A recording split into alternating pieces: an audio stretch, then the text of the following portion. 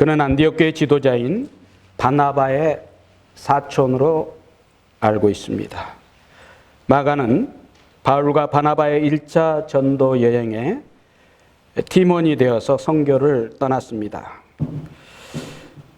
그런데 여름의 무더위와 전염병으로 죽을 고생을 합니다. 마가는 견디지 못하고 중도에 선교팀에서 이탈을 하고 맙니다. 다시 2차 선교를 준비합니다. 바나바는 마가를 데리고 가자고 제안합니다.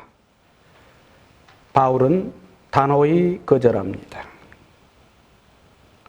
이 일로 인하여 바나바와 바울이 심하게 다툽니다. 사도행전 15장 37절 39절 말씀입니다.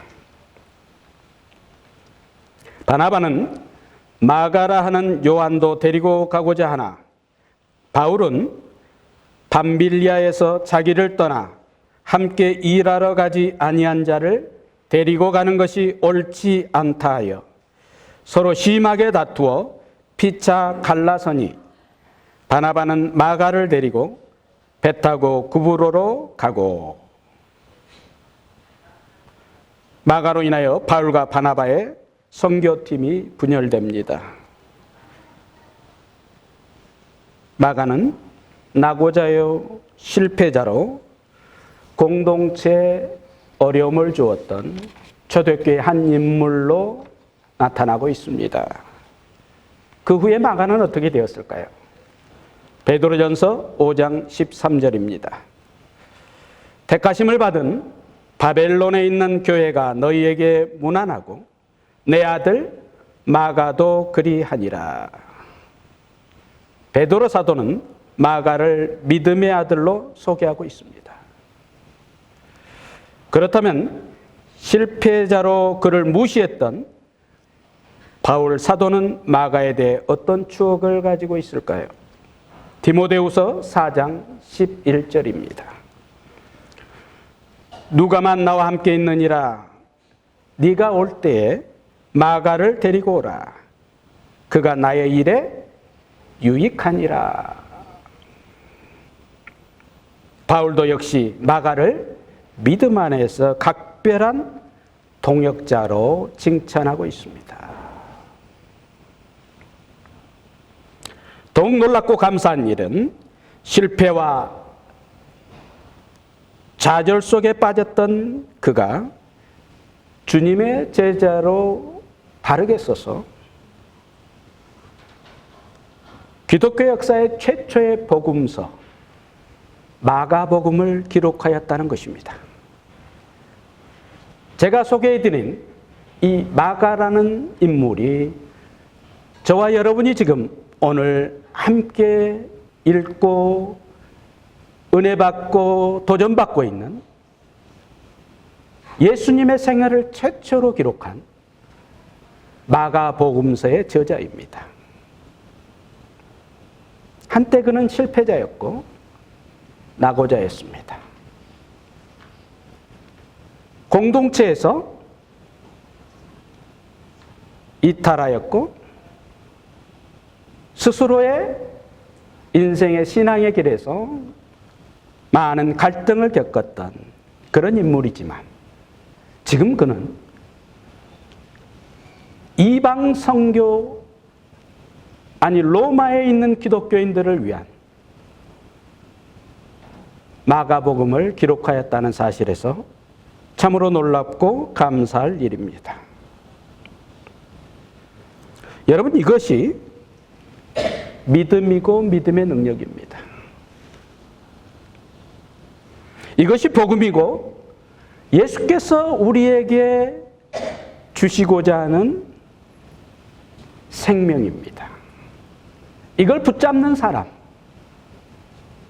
이것과 함께하는 사람, 이것을 믿음으로 고백하는 인생은 반드시 예전과 전혀 다른 인생의 길을 가게 된다는 것을 알 수가 있습니다. 오늘 본문 말씀은 바로 그런 점에서 저와 여러분에게 너무나 유익하고 귀한 말씀이 아닌가. 마가복음서를 마가가 기록할 때 어떻게 시작하는지를 보면 그의 단호하고 놀랍고 그의 생명에 붙들려 있는 신실한 주님의 제자임을 알 수가 있습니다. 마가복음 1장 1절입니다. 하나님의 아들 예수 그리스도의 복음의 시작이라. 이렇게 시작합니다. 하나님의 아들은 주님의 신성을 말합니다. 예수 그리스도는 그의 인성을 말합니다. 복음은 그 생명을 말합니다. 구원이 바로 여기로부터 시작되었다는 뜻입니다. 참 인간이시고 참 신이신 예수 그리스도를 통해서 오늘 저와 여러분에게 구원이 임했다는 거예요. 마가는 이 사실에 확신을 가지고 마가복음을 이렇게 시작하고 있다는 것 기억하시면 좋을 것 같습니다. 너무나 간결한 문장이지만 이보다 더 위대한 기독교 신앙의 선언은 없습니다. 그는 이 말씀을 통해서 생명을 불어넣고 있습니다. 이 말씀을 통해서 단호한 결의에 찬 믿음의 사람으로서의 존재감을 드러내고 있다고 말씀드릴 수 있습니다.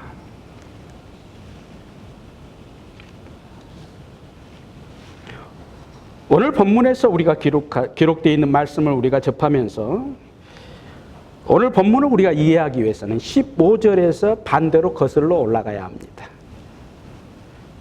예수님은 신이시기 때문에 그리고 죄가 없으신 분이기 때문에 세례를 받으시고 성령이 임하시고 마귀에게 시험을 당하시고 그런 모든 것을 통과하신 다음에 복음을 선포하지만 저와 여러분은 그런 과정을 갈 수가 없습니다. 먼저 믿음이 우리에게 들어와야 됩니다. 그래서 15절이 먼저 우리에게 와야지 성령을 받고 악한 영의 세력을 물리치고 진정한 세례를 받는 자로서 공증을 받는 그리스도인의 삶을 살아갈 수 있다. 이렇게 설명을 드릴 수가 있습니다. 그래서 오늘 제가 핵심 본문을 15절로 정한 이유가 바로 그것입니다. 여기서부터 우리의 구원이 출발해요. 여기서부터 우리의 신앙이 출발하는 거예요. 그래서 우리가 15절을 다시 한번 큰 소리로 한번 읽고 말씀을 나누겠습니다. 15절 말씀입니다. 시작. 이르시되 때가 찼고 하나님의 나라가 가까이 왔으니 회개하고 복음을 믿으라 하시니라. 아멘이시죠? 예.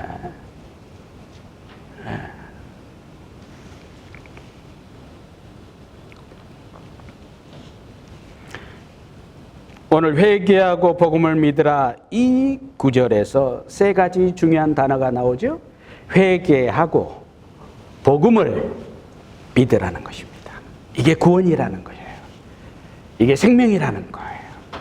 이게 여러분의 인생을 바꾸고 여러분의 인생의 방향을 전환시키고 여러분의 인생의 지정의를 완전히 터닝 포인트 삼을 수 있는 역사적인 일이 여러분 개인의 인생의 스토리가 될 수 있다는 것입니다.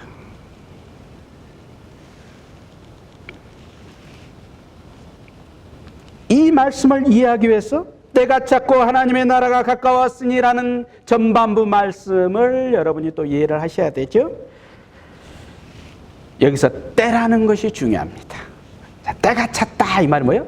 하나님의 시간이 되었다는 것입니다.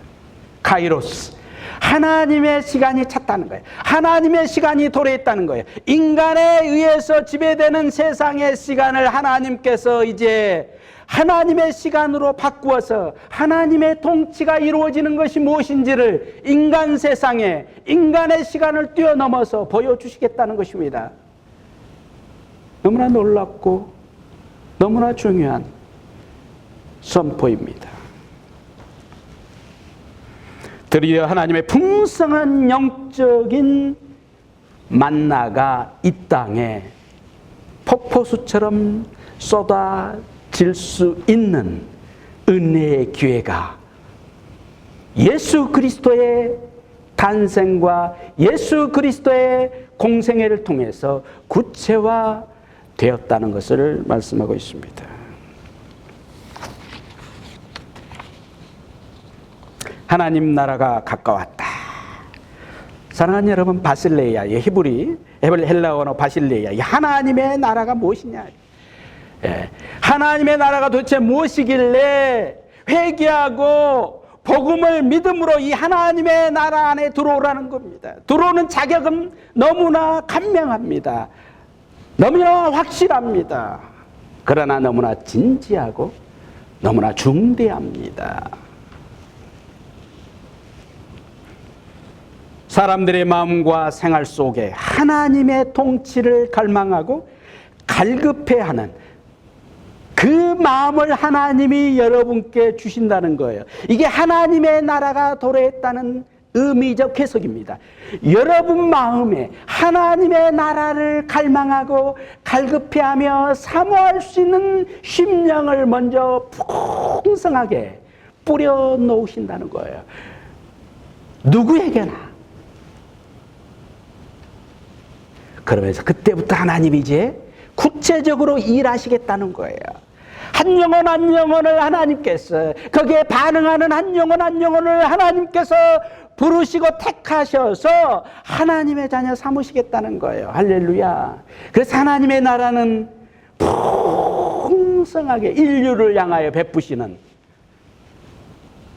은혜의 선물이고 놀라운 역사입니다. 이 하나님의 나라가 우리에게 주는 두 번째 의미는 시급성과 중대성입니다. 긴박성과 너무나 중대한 사건이라는 것입니다. 수천 년 동안 율법 속에 갇혀가지고 제대로 된 복음, 제대로 된 생명, 제대로 된 하나님의 통치를 경험하지 못했던 유대인들을 떠나서 전 세계적으로 이제 진정한 하나님의 통치, 하나님의 일하심을 경험할 수 있는 기회를 이제 온 백성들에게, 온 인류에게 다 허락하시는 사건, 이게 바로 예수님이 이 땅에 오셔서 선포하는 회개하라, 천국이 가까웠다, 하나님의 나라가 가까웠다, 모든 이들에게 귀 있는 자는 들을지어다.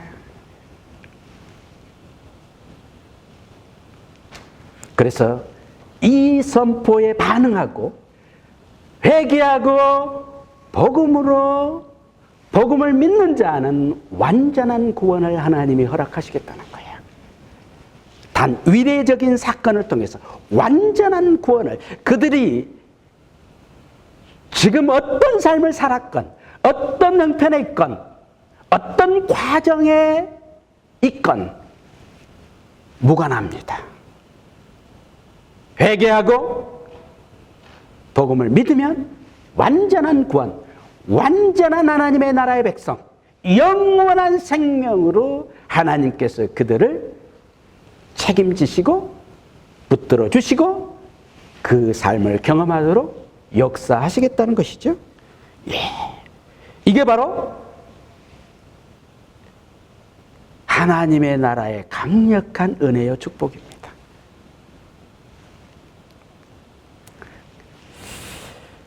이 축복이 여러분에게 왜 잘 감각적으로 와닿지 않냐면, 이게 도대체 어느 정도의 축복인지, 어느 정도의 감각적으로 느낄 수 있는 그 은혜인지 선물인지에 대한 체감이 잘 안 돼요. 우리가 공기를 마시면서 살고 있지만 공기의 소중함을 잘 모르듯이. 그래서 제가 예를 한번 들어볼게요. 데이빗 존스에서, 데이빗 존스가 어딘지 아신가요? 호주에 있는 최고의 백화점이죠. 데이빗 존스에서 어느 날 이런 광고가 인터넷상에 올라왔습니다. 고객 여러분, 오늘부터 저희 백화점에서 30주년 폭탄 바겐 세일을 합니다. 단 3일입니다. 모든 상품을, 여기 중요해요. 모든 상품을 단 50불에 3일 동안 선착순으로 나누어 드리겠습니다.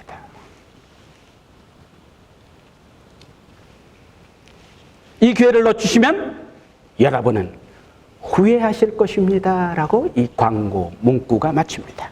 자, 여러분이 이걸 들었어요. 300만 원짜리 밍크 코트가 몇 불이다고요? 50불, 50불. 기획상품으로 나온 BMW 자동차가 얼마라고요?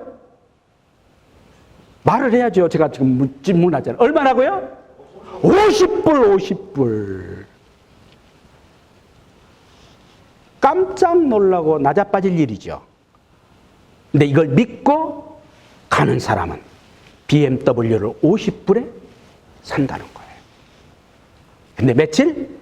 3일밖에 기회가 없어요. 그런데 이 사장님이 조건을 몇 가지 달았어요. 예약은 안 됩니다.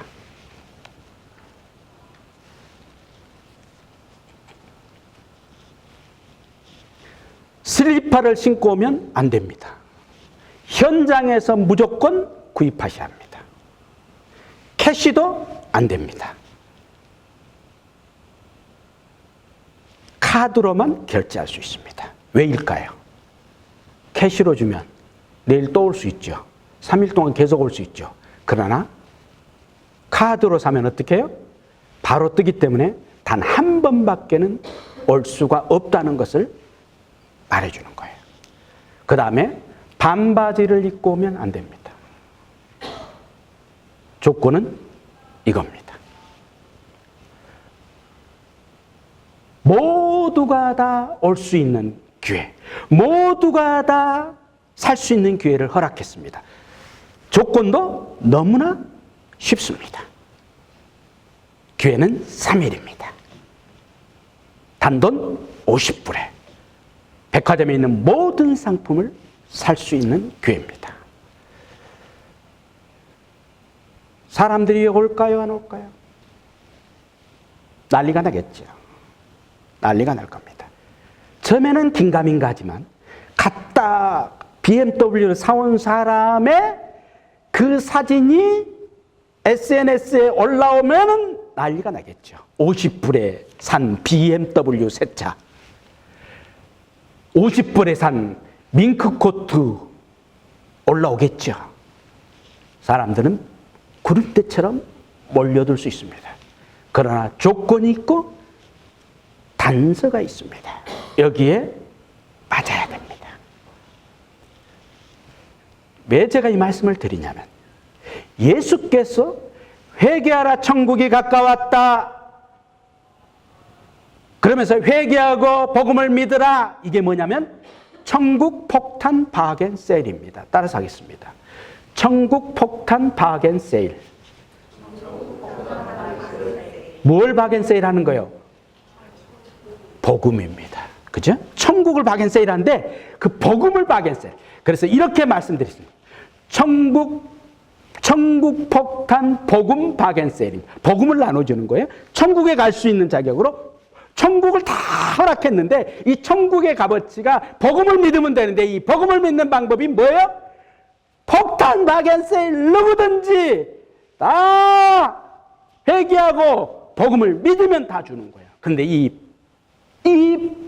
천국 폭탄 복음 바겐 세일을 받으면 BMW, 밍크코트, 백화점을 통째로 주는 것보다 더 가치 있다. 할렐루야. 근데 우리 이걸 몰라요. 여러분, 예수께서 하나님 아버지를 통해서 이 땅에 천국 폭탄 복음 바겐 세일을 베푸시기 시작합니다. 이제 마지막 때가 되었다는 것이고 그 기회를 모든 이들에게 주시는 거예요. 마지막으로 붙잡을 수 있는 기회, 영원한 천국, 그 지옥의 사망의 그 억압과 권세에서 뛰쳐나올 수 있는 기회, 그리고 영원한 생명으로 나갈 수 있는 기회, 영원히 하나님 아버지와 성삼위 하나님 아버지와 함께 하나님과 함께 영생 복락을 누릴 수 있는 기회.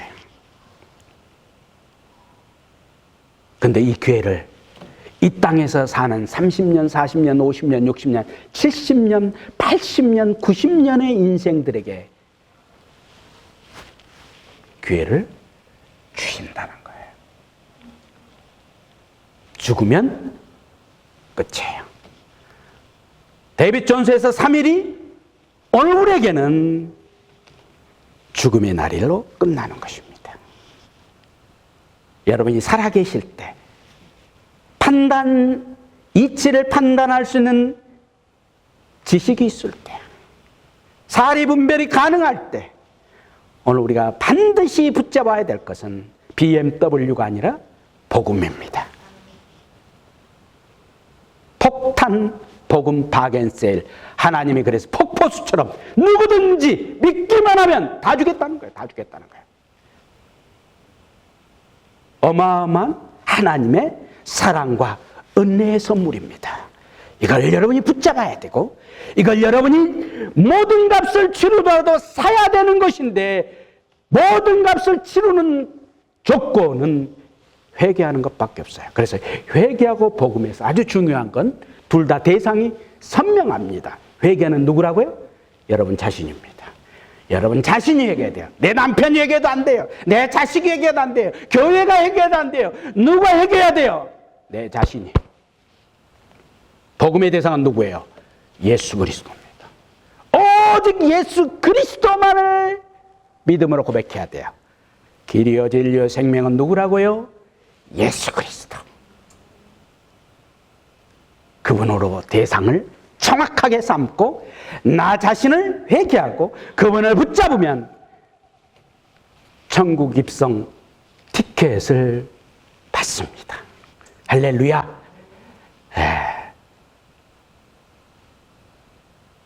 얼마나 좋아요. 얼마나 감사해요. 얼마나 쉬워요. 근데 오늘날 우리는 이것의 가치를 세상과 자꾸 비교하면서 그 가치를 약화시키고 있는 어리석음. 그래서 앞뒤 분간을 못하는 어리석음. 뭐가 진짜인지를 모르는 어리석음. 영적 소경으로 가득 찬 이 세상에 우리가 해야 될 일이 뭐예요? 이것이 진짜다. 이게 진짜다. 이게 최고다.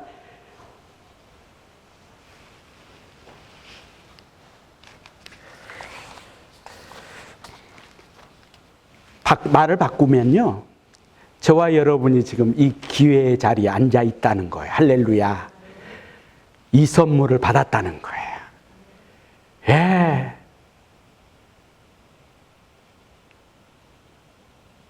저는 안타까워요. 이 자리가 꽉 차서 지금 이 말을 드려야 돼. 할렐루야. 꽉 차가지고 사모하는 마음과 갈급한 마음과 그 인생에 대한 그 모든 문제의 해결자 되신 그분을 막 서로 붙들려고 아우성이고 막 데이빗 존스 백화점에 때로 구름대로 몰려가가지고 그 문을 들어서겠다가 아우성을 치면서 잘못해서 이태원 사태처럼 넘어져가지고 질식사하는 이런 사건이 벌어질 정도로 그 데이빗 존스의 이 광고가 나면 사람들이 몰려들 건데, 지금 그것보다 수천 배, 수만 배 더 좋은 하나님의 복음 폭탄 바겐세일이 이 땅에 왔건만 저 문에는 아무도 안 오고 있어요. 그런데 여러분은 여기 앉아 계세요. 이게 얼마나 지혜로운 거예요. 얼마나 감사할 일이에요. 얼마나 놀라운 일이에요. 10번, 20번, 100번, 1000번, 10,000번을 감사되기도 그 감사가 아깝지 않아요. 믿으시죠? 예. 그러면 이제 중요한 건 우리가 해야 될 하나의 하나님이 예수님이 주신 거, 복음은 하나님이 주시니까 우리가 하면 그걸 주겠다고 했으니까 뭐예요? 오늘 본문에서 회개. 회개가 뭐냐 이거예요. 회개가. 이게 이제 우리의 고민이에요. 어머, 회개가 뭐지? 슬리퍼 안 신고 가는 건가?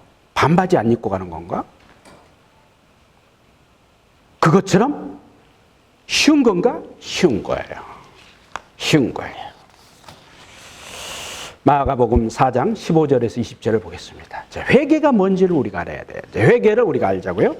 우리 여러분이 잘 아는 마가복음 4장 15절에서 20절까지 말씀입니다. 네 가지 씨 뿌리는 비유예요. 아시죠? 그걸 지금 설명해 놓은 거니까 15절부터 20절까지를 여러분 우리 저기 본문이 지금 스크린이 뜨니까 마가복음 4장 15절에 20절을 교독을 한번 하겠습니다. 한번 하고 우리가 함께 여기 회개가 뭔지 우리 함께 좀 나눠보도록 하겠습니다. 제가 15절을 먼저 봉독합니다. 말씀이 길가에 뿌려졌다는 것은 이들을 가리킴이니 곧 말씀을 들었을 때 사탄이 즉시 와서 그들에게 뿌려진 말씀을 빼앗는 것이요.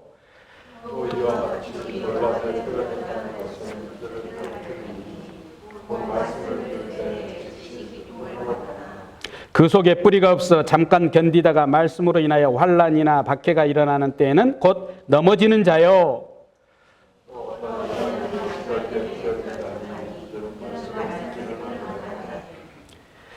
세상의 염려와 재물의 유혹과 기타 욕심이 들어와 말씀을 막아 결실하지 못하게 되는 자요.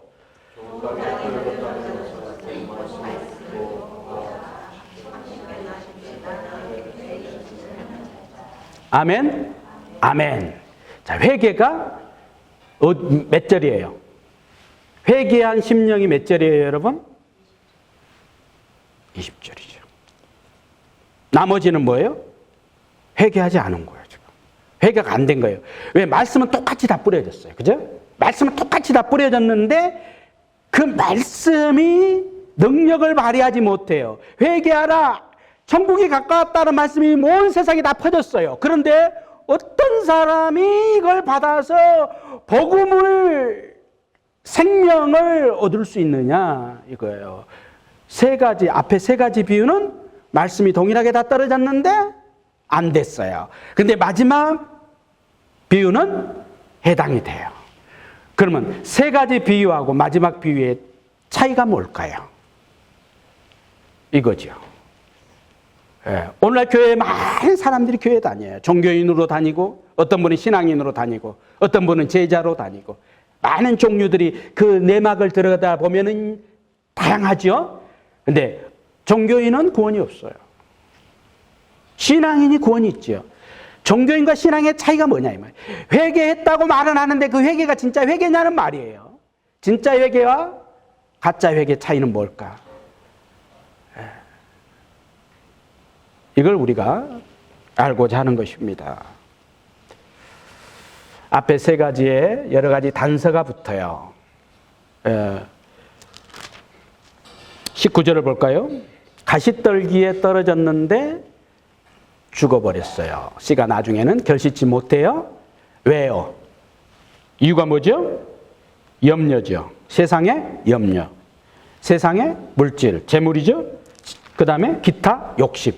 자, 가시떨기에 떨어졌다는 표현으로 지금 예수님이 직접 하신 말씀이죠. 뭐예요? 세상 근심 걱정, 먹고 사는 문제에 묶여 있는 거예요. 여러분 이 말씀을 여러분이 참 오해를 많이 하시던데, 목사님 그러면 현실적으로 먹고 살아야지, 나가서 일도 하고, 지금 그런 차원이 아니에요. 이건 영혼의 구원의 문제예요. 이해가 되시죠? 근데 영혼의 구원의 문제를, 육신의 문제를 더 상위에 둬버리는 거예요. 이해가 되세요? 우선순위가 바뀌었어요. 내 영혼이 요한 3서에 뭐라고 그랬어요? 2절에 내 영혼이 잘됨 가치가 우선순위죠. 내 영혼이 잘 돼야 돼요. 그래야 범사가 잘 되고 강건하죠. 그런데 거꾸로 되면 어때요? 내 육신이 잘 되고 내가 건강하면 영혼이 자동으로 찾아오나요? No thank you입니다. 근데 우리는 이걸 구별을 못해서 현실적인 것을 해결해야 되는 발등에 떨어진 불과 내 영혼 구원의 문제를 자꾸 어떻게 해요? 대등하게 돌려하든지 세상적인 문제가 위에 있어요. 그래서 하나님께 기도를 어떻게 해요? 이게 풀려야지 내가 예수 제대로 믿겠다는 거예요. 이것처럼 어리석고 영적 소경이 없는 거예요. 지금 이 말씀을 하신 거예요, 예수님이.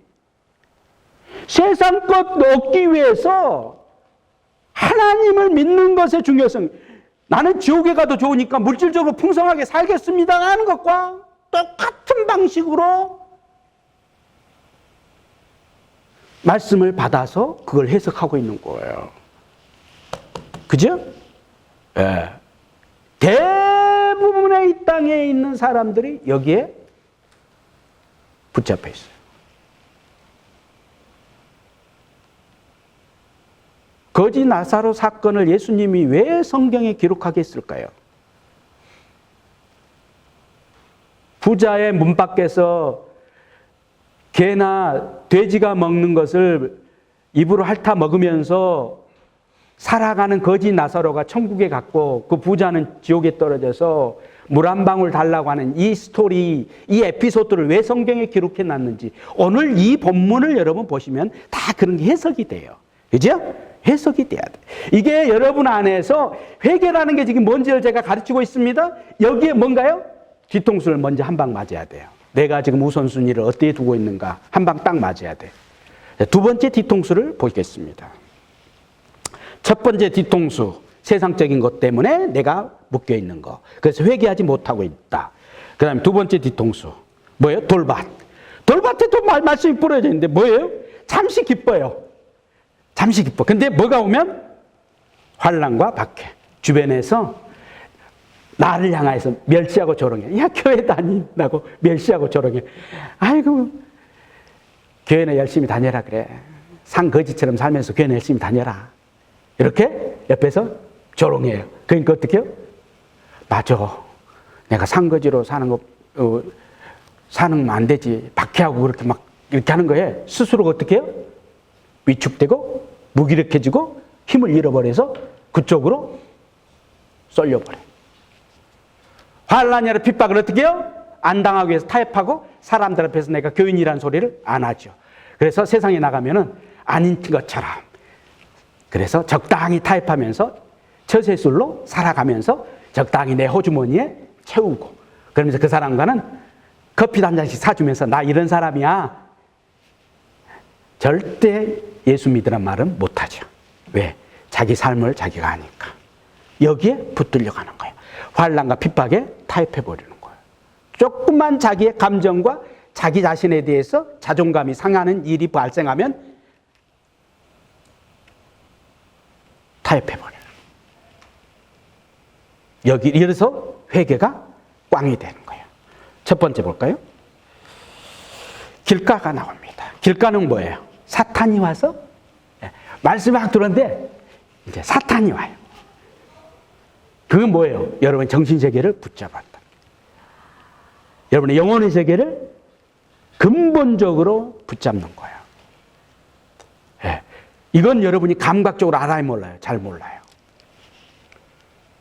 예, 교회 다니다가 낙심하는 사람들이 대부분 여기에 교회 다니다가 종교 바꾸는 사람들, 교회 다니다가 다른 것으로 뭐 이슬람이든 불교든 샤머니즘이든 그래서 교회 다니면서 무당 찾아다니는 사람들이 있죠. 이 사람들은 이미 그 안에 영혼이 변질돼 버린 거예요. 전보러 다니고 구타로 다니고 무당 찾아다니는 것은 교회와 무속인을 동등하게 두는 거고요. 우상숭배라는 말로 할 필요도 없어요. 붙들려 버린 거예요. 하나님의 말씀은 그래서 뭘로 이것을 사용해요? 점과 똑같은 걸 사용해요. 그래서 이런 거죠. 아침에 일어나서 성경을 딱 폈어요. 아무데나. 딱 봤더니 오늘은 물가를 조심해라. 하나님 말씀이야. 오늘 물가를 가면 안 되네. 그래서 해수욕장 안 가고 집에 있다. 이런 식의 태도가 나오는 거죠. 이게 뭐예요? 여러분의 영혼이 이미 사단에 의해서 잡힌 거예요. 자, 이 세 가지가 회개하지 못하게 하는 일인데 여러분이 지금 들으면서 어떻게 돼요? 이 세 가지 다 뭐예요? 여러분이 지금 현실에서 가장 맞닥뜨려 있는 여러분의 상황이에요. 환경이에요. 당시 예수님께서 유대 땅에 내려오셨을 때 상황이 로마의 핍박, 세금을 착취당해서 먹고 사는 문제가 너무너무 힘들어서 먹는 문제 때문에 모든 것이 다 타협되는 시대. 예. 그리고 세금을 조금 덜 내기 위해서 적당히 그 사람들과 그 사람들의 입에 그 사람들에게 맞춰주는 삶. 세상에 맞춰주는 삶이죠. 로마 제국의 권력 앞에 아부하는 삶으로 바뀌는 거예요. 그렇죠. 지금 저와 여러분의 삶을 쫙 보면은 내가 이 세 가지 중에 세 가지 다 있는 사람도 있고 두 가지만 있는 사람도 있고 한 가지만 있는 사람도 있겠지만 이 세 가지가 대부분 다 연결이 되어 있다는 것을 아셔야 돼요. 그러면 이 유일한 방법, 네 번째, 좋은 땅. 세 가지 다 좋은 땅이 될 수 있어요. 중요한 건 뭘까요? 마지막 좋은 땅이 되기 위해. 좋은 땅은 뭐가 없어요? 문제가 없죠. 다만 30배, 60배, 100배의 결실로 나간다고 돼 있어요. 그럼 뭘 했을까? 여기서 중요한 회개란 뭐냐? 따라서 하겠습니다. 나를 좀 더 들어가면 나의 자아를 갈아엎는 것이다. 갈아엎는 것이다. 땅을 여러분 옥토로 만들기 위해서는 그 길가밭 땅, 돌짝밭 땅, 가시덩굴 땅을 어떻게 해야 돼요? 갈아엎어서 잡초와 돌들을 어떻게 해요? 제거해야 돼요. 그러면 그건 뭐가 돼요? 옥토가 돼요. 좋은 땅이 돼요. 조건은 갈아엎는 거예요. 갈아엎는다는 것에 아주 중요한 건 죽인다는 표현. 우리가 뭐 영적으로는 나의 자아를 죽인다는 표현도 쓰지만 신학적으로는 어떻게 해요? 십자가에 나를 못 박는다. 십자가에 나 자신을 못 박는다. 예수님이 2000년 전에 나를 위해서 죽으셨듯이 내가 죽었다는 것을 시인하는 거예요. 내 자아가 2000년 전에 주님이 십자가에 못 박히실 때 나도 죽었다. 그래서 내 자아는, 나의 생각은, 나의 판단은, 나의 결정은, 나의 방향은 없다 이후로. 그럼 여러분 어떤 거예요? 회개는 방향이죠. 진짜 회개는 뭐예요? 방향이에요. 여러분 죄라는 게 뭐예요? 구약에서 창세기에서 죄라는 게 뭐예요? 빗나갔다는 뜻이거든요. 히브리어로. 화살이 빗나간 거예요. 빗나갔다는 뜻을 여러분 내가 화살 쐈는데 어느 하나가 빗나갔어. 이런 식으로 여러분이 해석하면 안 돼요. 빗나갔다는 뜻이 뭐예요? 1000번, 10,000발을 쏴도 다 빗나가는 거예요. 왜 빗나가요? 이미 빗나간 관역을 가지고 가기 때문에. 그럼 빗나간 관역을 누가 지금 설정해 놨어요? 내가. 죄라는 게 뭐예요? 내가 설정하는 거예요. 무엇을? 나의 인생의 기준을. 그게 자아예요. 자아가 오염됐다. 자아가 죄로 종로를 타고 있다. 자아가 붙들려 있다. 이 말은 뭐예요? 내가 내 인생의 모든 기준이라는 거예요. 내 자아가. 이것을 어떻게 해요? 뒤집어 엎는다는 말이 뭐예요? 예수님으로 그 자아를, 내 자아를 예수님으로 바꾸는 거예요. 그래서 너무나 사형에서 너무나 간단하게 우리에게 말하는 거. 내 마음의 중심에 내가 내려가고 예수님이 앉으시는 거예요. 내 마음의 의자에. 할렐루야. 이게 어려워요? 쉬워요? 어려워요. 어려워요. 슬리퍼나 반바지 안 입고 가면은 받을 수 있는 게 아니에요. 어려워요. 사랑하는 여러분, 저를 보십시오.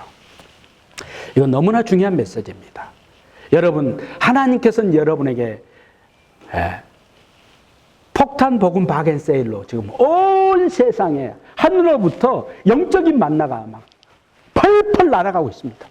지금도 온 세상이 동일하게 지금 펄펄 나고, 이 기회가 언제 끝날지 몰라요. 내 생명이 죽으면 개인적으로는 끝나지만 이 전체의 끝남은 주님이 오시면 끝나죠. 그런데 지금 우리는 그 죽음을 향해 가고 있어요. 내 생명이 끝나는 날 기회는 사라져요. 그럼 여러분, 지금 여러분이 잘 여러분을 한번 들여다보세요. 폭탄 복음 바겐세를 하나님이 주셨어요. 나는 지금 그 복음을 회개하고 복음을 믿음으로 받아들이고 있는 거예요. 정확하게 자기 자신을 들여다보셔야 합니다. 말씀을 이렇게 마무리할 수 있습니다. 이게 돼야지 사탄과의 싸움. 왜? 길가가 사탄이 나를 조종하고 있는 것을 절실하게 극명하게 우리 주님이 말씀해 주시거든요. 그러면 여러분이 살 수 있는 길 어떻게 해요? 회개해야 돼요. 이것이 여러분이 살 수 있는 길이에요. 내가 지금 내 자아를 가지고, 내 기준을 가지고, 내 생각을 가지고 오늘 교회 나갈까 말까, 오늘 저 사람 만날까 말까, 오늘 저 인간하고 싸울까 말까, 오늘 이걸 먹을까 말까, 수많은 갈등과 선택의 기로에 우리는 항상 서 있습니다. 그때 여러분이 결정하지 마시라는 거예요. 여러분이 기준이 되지 말. 여러분의 자아가 능력이 아니라는 것을 시인해야 된다는 거예요. 뭐가? 주님 어떻게 할까요? 물어야 됩니다. 제가 전에 말씀드렸지요. 그걸 위해서는 내 마음에 뭘 가져야 된다? 여백을 가져야 된다. 공간을 가져야 된다. 와, 욕심으로 찼으니까 팽창해가지고 바늘로 찌르면 터지지 들어갈 공간이 없는 삶을 우리는 살아가고 있어요. 어떻게 해야 돼요? 내 마음에 주님과 교제할 수 있는 공간, 그 여백을 두셔야 돼요. 그리고 이 여백 속에서 주님과 만나야 돼요. 주님, 제가 지금 이 판단이 옳을까요? 가던 길을 멈추고 질문을 하셔야 됩니다. 이게 내가 회개의 자리에 나가고 있는지, 내 자아를 다시 붙들고 살아가고 있는지를 알 수 있는 자가 진단이에요.